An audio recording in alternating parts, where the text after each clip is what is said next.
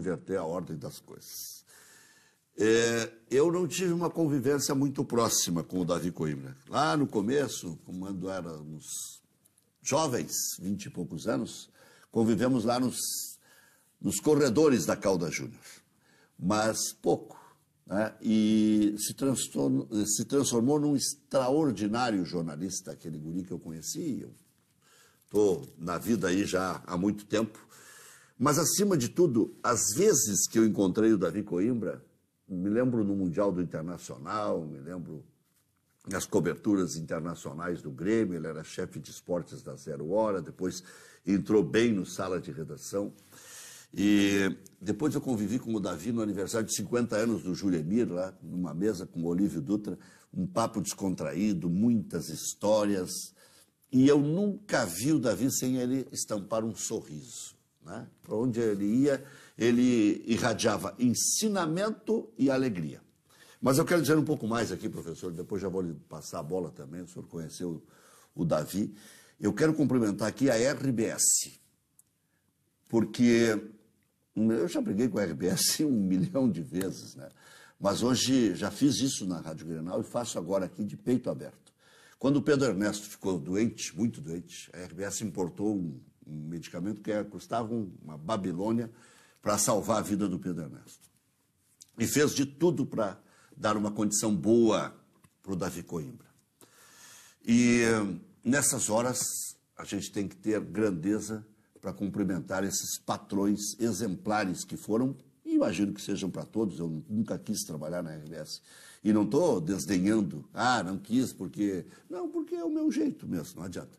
Eu quero ter toda a liberdade do mundo e as pessoas não dão toda a liberdade do mundo. Quem está errado sou eu, eles estão certos. Eles têm a doutrina deles, têm a cartilha deles, a maneira de ser deles, e isso está tudo 0-0 e vou morrer com 0-0, sem ódio de ninguém, sem secar ninguém. Quem me conhece sabe que eu sou assim mesmo, que eu não estou forçando a barra para falar. Então, eu quero dar os pêsames aos familiares, a todos os jornalistas da RBS, colegas, não só jornalistas, e a família, né, do Davi Coimbra.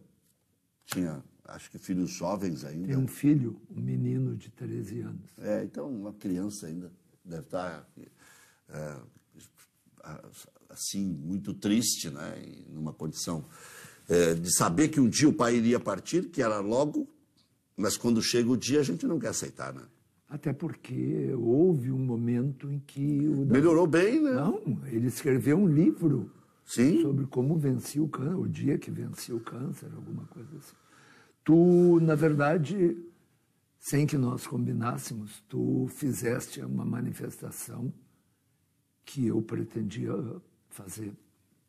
Eu acho que essa postura da RBS em relação ao Davi Coimbra, e que a gente sabe que é a mesma, tu citaste o Pedro Ernesto, eu acho que é um legado. É um legado, eu vou tomar uma liberdade de dizer, é um legado do tio Maurício. Sabe, o Maurício Sirotsky era amigo dos meus pais. Ele, a dona Ione, eu me lembro deles na casa dos meus pais, eu menino, 10 anos, 11 anos. Né? E ele sempre foi uma pessoa muito especial. E os seus filhos, uma educação do peru, né? O Pedro e o Nelson. Eu dando-lhe pau neles o tempo inteiro e brigando com eles. E esses caras eram donos da RBS e atravessavam a rua. Eu me lembro caminhando na Alemanha, eles atravessavam. Encontrei eles caminhando na Itália, na Alemanha, porque eu estava sempre correndo, né, atrás da notícia. E eles de manhã, né, caminhando, assim, fazendo aquela caminhada matinal, tanto o Pedro quanto o Nelson, e às vezes os dois juntos, atravessavam a rua para cumprimentar a gente. São os filhos do Maurício. E outra, professor, vou contar, depois vou deixar o senhor falar um pouco mais sobre isso. Uma vez nós estávamos com um problema na volta do Grêmio de Tóquio, em 95. Eu acho que foi na volta do Grêmio de Tóquio. E nós com o meu inglês lá de Cacique Doble e o do Haroldo de Jacarezinho. Mais o Edgar Schmidt, o Celso Costa e o Nelson disse assim, eu vou lá resolver a parada para vocês.